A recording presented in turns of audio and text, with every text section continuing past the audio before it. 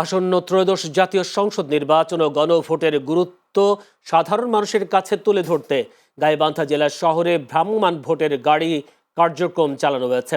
বুধবার সকালে সংস্কৃতি বিষয়ক মন্ত্রণালয়ের সুপার ক্যারাভান বহরের এই ভ্রাম্যমাণ গাড়িটির কার্যক্রম উদ্বোধন করেন গাইবান্ধা জেলা প্রশাসক মোহাম্মদ মাসুদুর রহমান মোল্লা। পরে শহরের বাস স্ট্যান্ড এলাকায় চলচ্চিত্র প্রদর্শনীর আয়োজন করা হয়।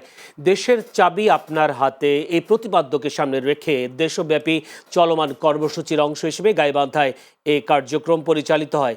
ভ্রাম্যমাণ এই ভোটের গাড়ির মাধ্যমে জুলাই গণঅভ্যুত্থান, জুলাই যোদ্ধা আবরার ফাহাদ হত্যা ও ফেলানি হত্যাকাণ্ডের উপর নির্মিত বিভিন্ন প্রামাণ্য চিত্র প্রদর্শন করা হয়।